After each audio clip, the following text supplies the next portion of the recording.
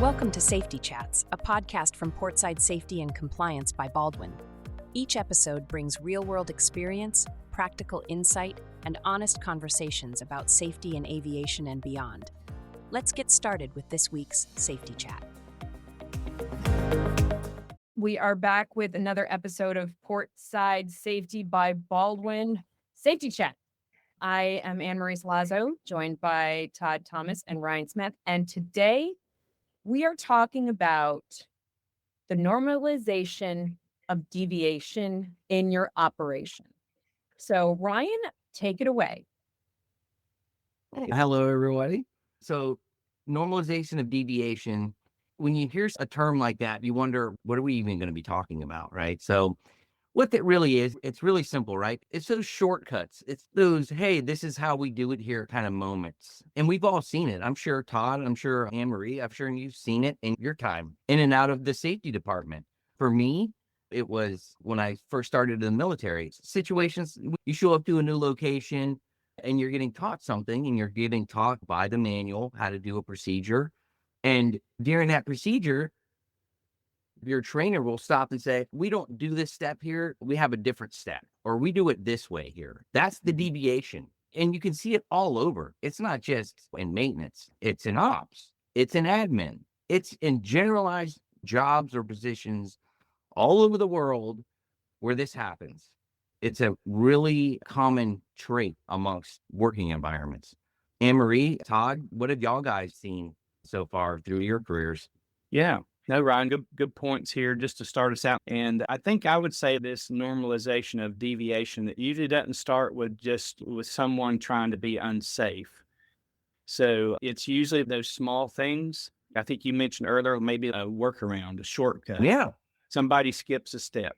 So it's a process that gets handled informally, right? You've got that checklist in front of you, but you're starting to stray a little bit from it. But it feels reasonable in that moment when you're doing it. I think we may have all been there before. We could also say that we've probably done that in some way, some fashion, somewhere. But I think that what we say the tricky part of that is that those first few times, it may work out fine, right? When you stray, but that successful outcome can make a shortcut feel safer than it really is. There's where the caution flag has to go up. And that's also where sometimes operations have just too many processes and procedures, and a new person comes in and says, why are we doing all of these steps when we could look at step 1, 3, and 5, and 2 and 4 no longer pertain to the operation, but nobody updated anything in the company at all because it's been a while and it takes time and all of those other factors. So that's also part of this normalization. It's like, all right, well, it's written that way, but we've learned and how to do it better this way. And it became tribal knowledge at that point. And let's be real, when you're that brand new, whatever widget you're doing, when you're that brand new person coming into an organization, it's safe to say a lot of us are worried. We want to be accepted into our new organization, into our new group of folks that we're working with.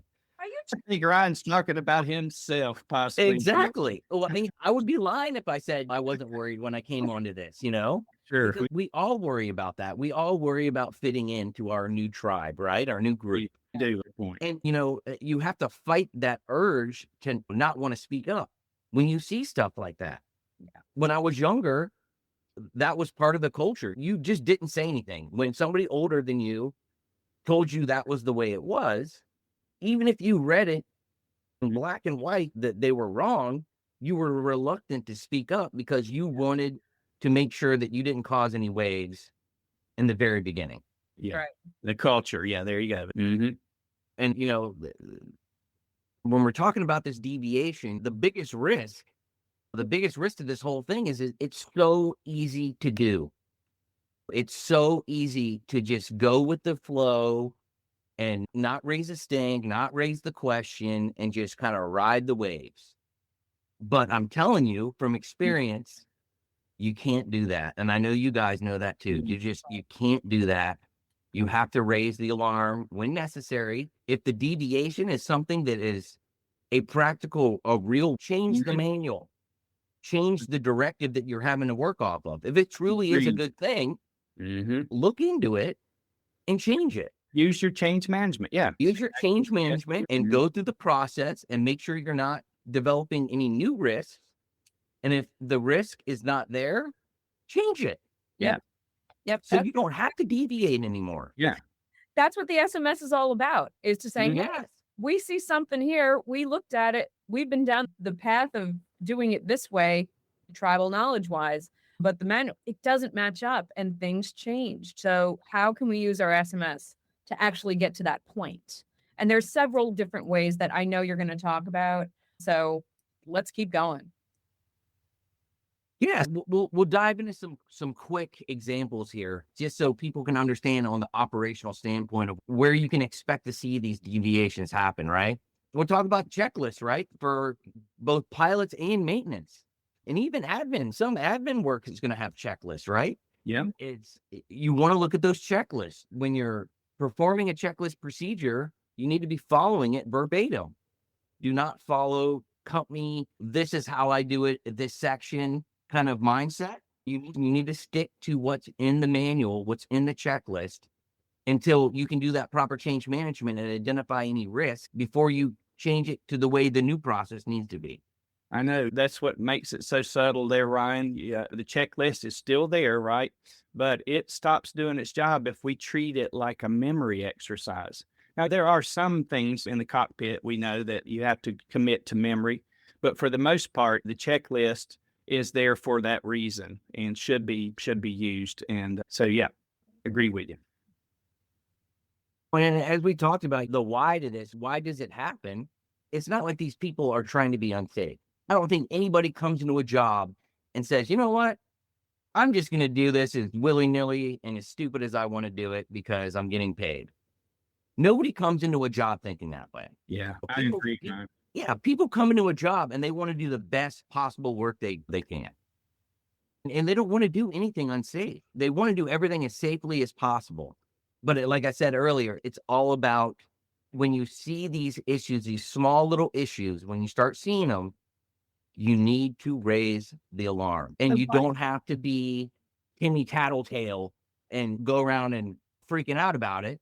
You need to bring it up to your leadership, your manager, your SMS professionals, and we can walk you through that process of change management, and we can help you identify those risks and a potential change. That's our jobs as SMS professionals.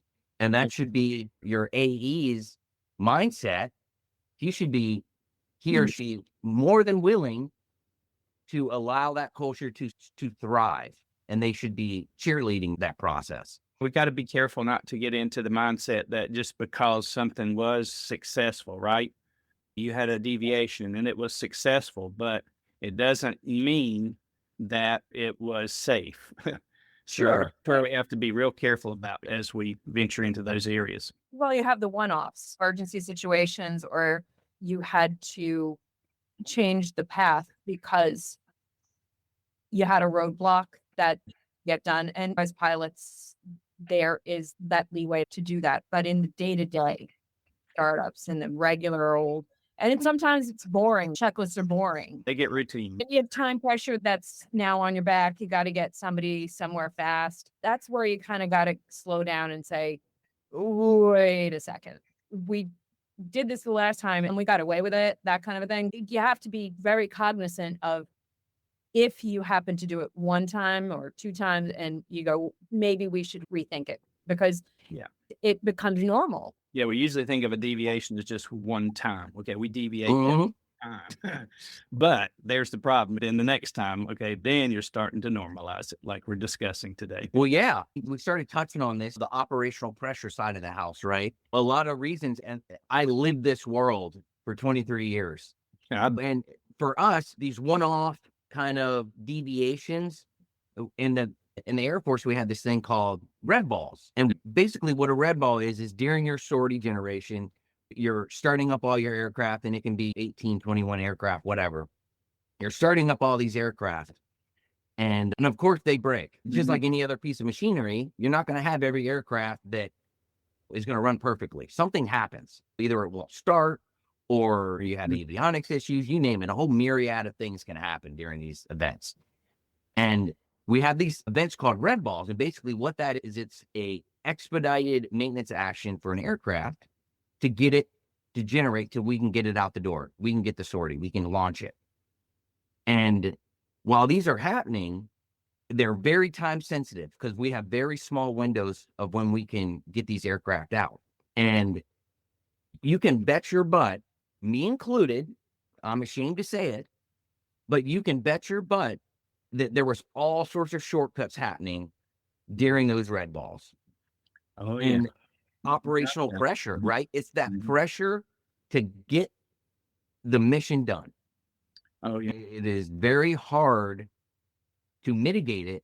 And you've got pressure coming from everywhere, leadership, your peers, your subordinates underneath you that are looking up to you to deliver that aircraft. Yeah. So yeah, that operational pressure is a real thing. And I know it's a real thing, especially when you start dealing with these larger 121s where these flights obviously are big revenue sources and you have high repetition. Sure.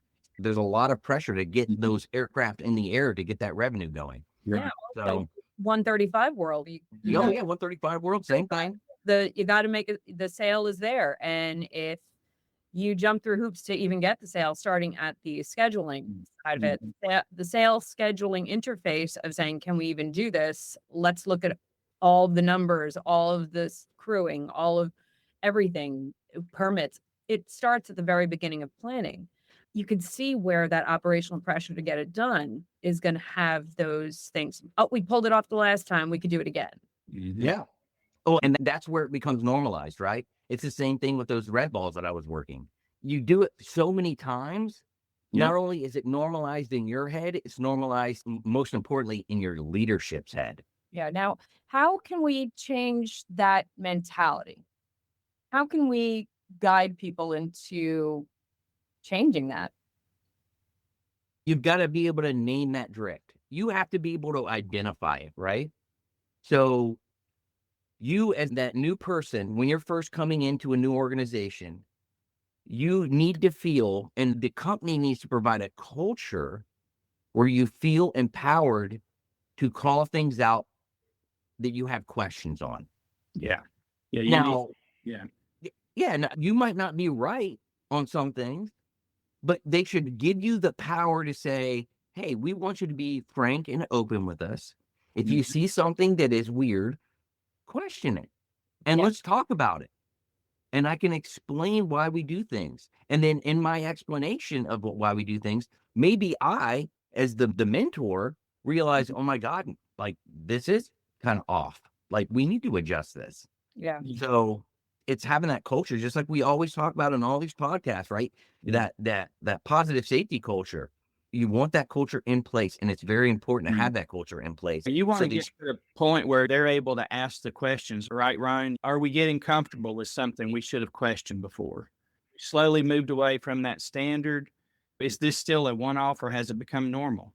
Right. So we got to make sure the culture we're building allows that, promotes that. So we get to that point, I think we're heading in the right direction. Yeah.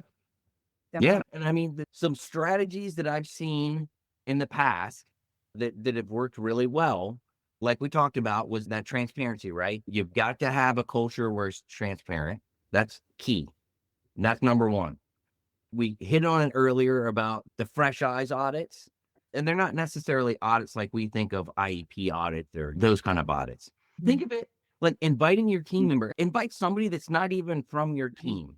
Yeah. And have them look at some of your procedures with you. Let them follow along. Let them shadow you while you're doing these procedures. And then let them question, let that dialogue flow where they can question certain things you're doing. Just like when I came in and there were some procedures that you guys were doing that didn't make sense to me. And for you guys, you have been normalized into not so much deviation, but normalized into a specific procedure. For me, coming outside with fresh eyes, it made no sense. Yeah. And some of those workflows were wonderful, and it was just me being dumb. I mean, that's the reality of it, right? Nobody can be expected to be a subject matter expert when you're coming in, the new kid. So Right. I would say in the middle of this, when we the IEP, right? Your IEP, that's why you want to, when you are doing an IEP, internal evaluation program, you don't want people evaluating their own areas, right? You want those fresh eyes, like you said. Sure. And that is the point of IEP. So Exactly. when I did IEP, when I came out, I saw a lot of this normalization of deviation with my own audits. And then when I asked them, and being that I was those fresh new eyes, right? People had done audits before in these areas long before me and never saw anything wrong. They just, hey, yeah, great, good to go, good to go, good to go. But then when I come and do my audit as fresh eyes, I started finding procedures in the manuals that were supposed to be XYZ and they were ABC. Yeah. And that's what they were doing. And that's the proof that they were providing me when I would question it. And I get, oh, well, this is how we've done it forever. Right. And I was like, well, that's wonderful, but the manual needs to change to reflect that. If it's truly a better process, I'm glad. That's awesome. That's right. Just follow your process and change. We have to follow the process until it's changed. That's right.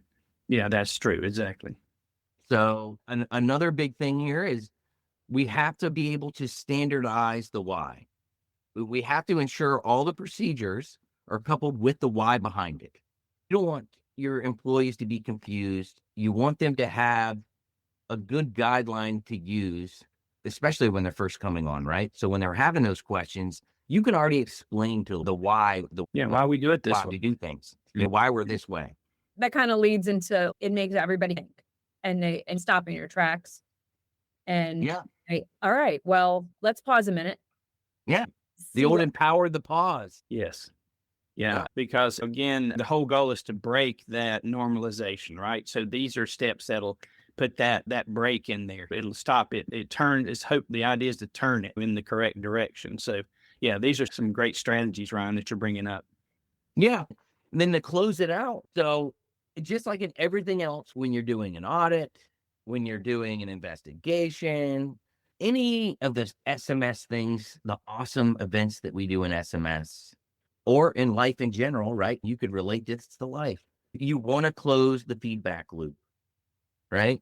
Oh, yes. So, very important. So when the deviations are reported, me, Joe new guy, or Jill new girl, when I report something up and I say, hey, this procedure we're using, the procedure we're doing doesn't match our checklist or doesn't match our manual, and I report that up to my superior or my trainer, I need that feedback. Once that process goes through the wickets, I need the feedback to come back to me, right? I need that information to flow back to me. So I know what I just said actually made it to where it needed to go. It got executed or deliberated on, and then it came back to me with what happened. Yes. The final result. Yeah, without that feedback, I think you lose everything. Because if I just spill words into the void, who's going to keep spilling words into the void? Nobody's just going to do that forever. We probably all agree. Yeah, we probably all agree that the most successful SMSs that I've been a part of have this part down pat. They do this very well. And watch it pays dividends when you do this. And safety directors, safety managers out there, take note here, because if you do this part right, watch that culture grow and watch how that SMS really grows and matures to where we hope where it should be one day. Yeah.